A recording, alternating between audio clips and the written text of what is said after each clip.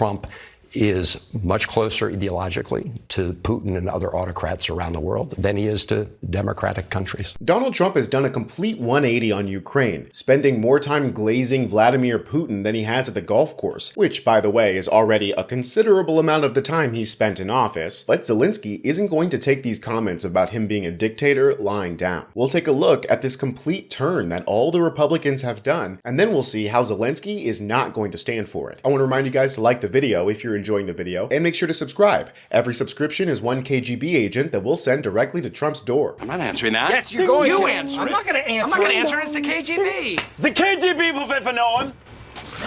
It's true. And just like Dwight Schrute praising the KGB and the Russians for their authoritarian power, so too does Donald Trump. He's recently been going on an attack campaign against Zelenskyy, calling him everything but his name, including a dictator. But the real dictator, the guy who's throwing his opponents out of windows or sending them to prison and eventually poisoning them like Navalny, well, the Republicans are following King Trump's lead and refusing to call Putin what he is. You called President Zelenskyy of Ukraine a dictator. Do you think that President Putin of Russia is also a dictator?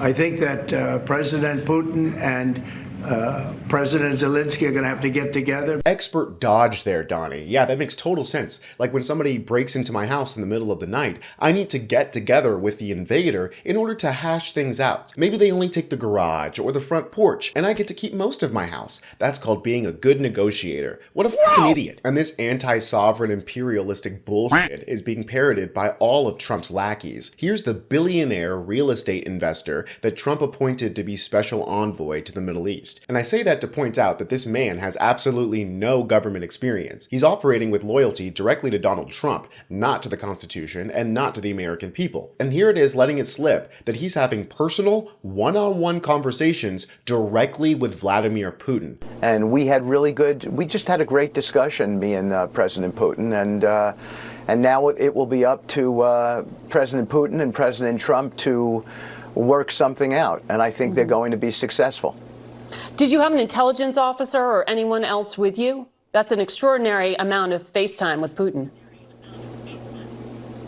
It was just me. It was just you. What do you mean it was just you? There was no intelligence personnel there? After this 3.5-hour personal phone call between the special envoy to the Middle East and Putin, he's saying that the rest needs to be worked out between Trump and Putin? Aren't we missing a significant key player in this war?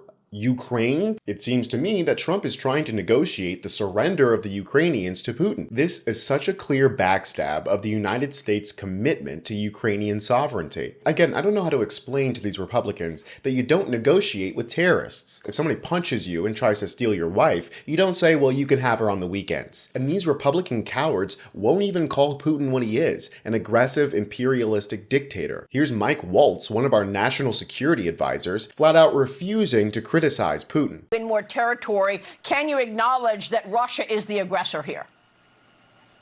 Well, you know what? Who would you rather having go toe-to-toe with the likes of Vladimir Putin, Kim Jong-un, Xi, or anyone else? Joe Biden or Donald Trump? He's the deal maker in chief.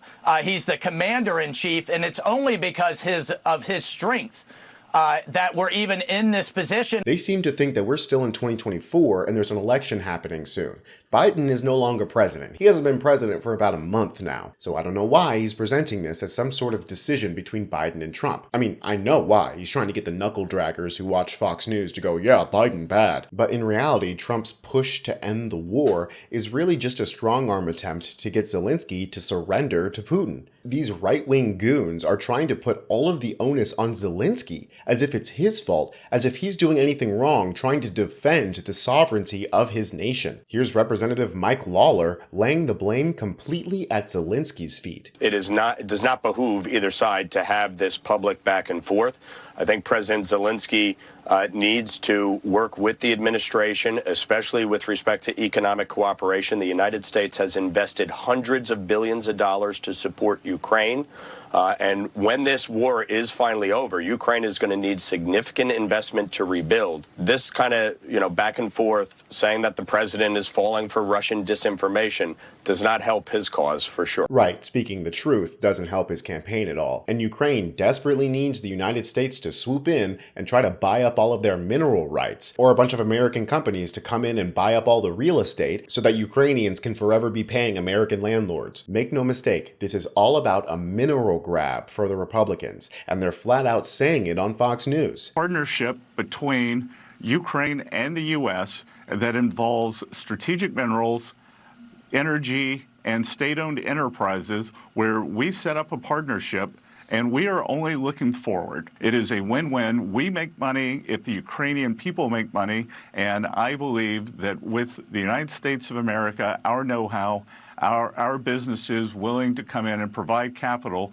that we can accelerate the Ukrainian growth trajectory and take in substantial monies for the U.S. taxpayers and get the Ukrainian economy on a great growth trajectory. How disgusting is that? This war was sold to the American people as helping the Ukrainians stand up for their sovereignty, to fight back against the Russian bully. But instead, the slimy corporate billionaire party, aka the Republicans, are trying to sell the American people on the Ukrainian surrender as a good business decision, as if any of the profit from those rare earth minerals are going to go into the pockets of taxpayers. And all of this time, these Republican goons are trying to convince us that Zelenskyy is the one being unreasonable here, that Zelenskyy is the dictator. Meanwhile, this is what Zelenskyy says about his own political future as being the leader of Ukraine. України, якщо вам дуже потрібно, щоб я залишив свій пост, я готовий.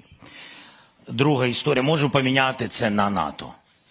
Якщо є такі умови, одразу, щоб довго про це не говорити. Я фокусуюсь на безпеці України сьогодні, а не за 20 років.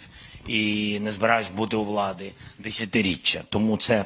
Would Putin say that? Would Putin be willing to give up his presidency in order to end this war? Would Trump say that? They're already trying to make excuses and figure out a legal way for him to run in 2028. So I think every American and every Democrat for sure needs to flat out reject the notion that Zelenskyy is the dictator. What's shocking about this is that the Republican apparatus as a political party has completely changed their value set. This is a new form of government that we are seeing. These dictatorships that take the skin of democracy in order to hide the fascism that's actually happening underneath. The same as the Nazi Party labeling themselves as National Socialists, but then turning around and murdering all of the real socialists and communists. Trump and the Republican Party's switch on this has rightly spooked a lot of European leaders. And here's Representative Van Holden warning those European leaders to take the threat seriously. This is not just rhetoric.